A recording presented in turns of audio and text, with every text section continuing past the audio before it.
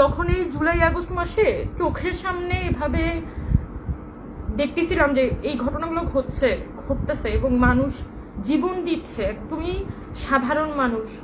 শ্রমিক, সাধারণ জনতা, যাদেরকে আমরা কখনোই ভাবি না যে তারা কখনো রাস্তায় মিছিল করতে পারে, ওই মানুষগুলো জীবন দিয়ে দিচ্ছে। তখন না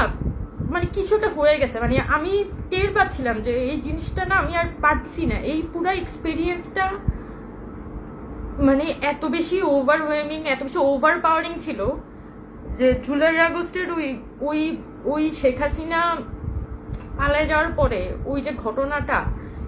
এটা আমার উপর লিটারালি আইসা যেটা বলে না ভর করে, আমি সম্পূর্ণ হচ্ছে যে এমবডিড হয়ে গেছি এই অভ্যুত্থানের মধ্যে।